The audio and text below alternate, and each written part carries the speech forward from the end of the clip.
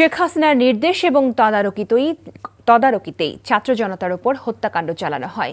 জাতিসংঘের তদন্ত প্রতিবেদনে এই তথ্য উঠে এসেছে।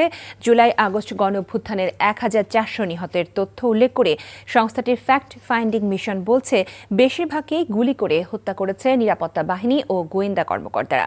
এমনকি বিক্ষোভে নারী অংশগ্রহণ ঠেকাতে ধর্ষণ ও শারীরিক আক্রমণও করেছে আওয়ামী লীগের নেতাকর্মীরা। জাতিসংঘের এই প্রতিবেদনকে স্বাগত জানিয়েছে অন্তর্বর্তী সরকার।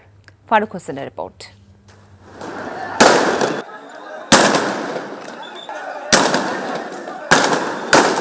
ছাত্র জনতার উপর নৃশংস দমনপীড়ন চালিয়ে ক্ষমতা আঁকড়ে ধরে রাখতে চেয়েছিলেন শেখ হাসিনা। সেই প্রমাণই উঠে আসলো জাতিসংঘের তদন্ত প্রতিবেদনে। যে কোনো মূল্যে ক্ষমতায় থাকার তীব্র বাসনায় বিক্ষোভ দমনে সহিংস আক্রমণের নির্দেশ দেন ক্ষমতাচ্যুত হাসিনা। লেলিয়ে দেন আওয়ামী লীগ নেতাকর্মী, তার অনুগত নিরাপত্তা ও গোয়েন্দা কর্মকর্তাদের।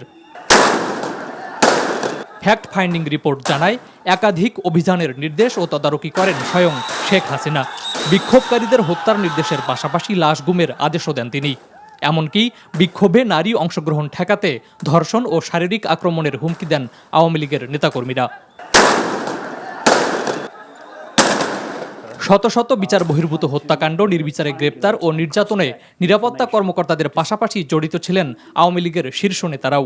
রংপুরে আবু সাইদ পুলিশের ইচ্ছাকৃত বিচার বহির্ভূত হত্যাকাণ্ডের শিকার হয়েছেন বলে প্রতিবেদনে বলা হয়েছে।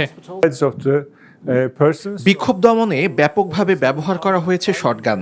কোমরের উপরে বুক থেকে মাথার দিকে লক্ষ্য করে গুলি চালানো হয়। ক্ষমতাচ্যুত সরকারের এ বর্বরতায় ১ জুলাই থেকে ১৫ আগস্টের মধ্যে প্রায় ১৪০০ মানুষ নিহত হয়, যার মধ্যে ১২ থেকে ১৩% শিশু। আহত হয় হাজার হাজার মানুষ।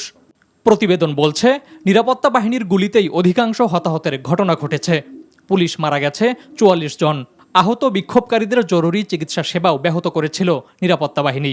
চিকিৎসকদের ভয়ভীতি দেখানো ও হাসপাতালের সিসিটিভি ফুটেজ গায়েব করার মতো ঘটনার সাথেও জড়িত ছিলেন তারা। আমরা যে সাক্ষ্য ও প্রমাণ সংগ্রহ করেছি তা ব্যাপক সরকারি সহিংসতা, টার্গেটেড হত্যাকাণ্ডের এক উদ্বেগজনক চিত্র তুলে ধরে, যা মানবাধিকার লঙ্ঘনের মধ্যে সবচেয়ে গুরুতর। প্রতিবেদনে র্যাব, এনটিএমসি, ডিজিএফআই এর কার্যক্রম সীমিত করা, নিরাপত্তা ও বিচার বিভাগ সংস্কার, দমনমূলক আইন ও প্রতিষ্ঠান উচ্ছেদ, রাজনৈতিক ও অর্থনৈতিক ব্যবস্থায় পরিবর্তনের সুপারিশ করা হয়েছে।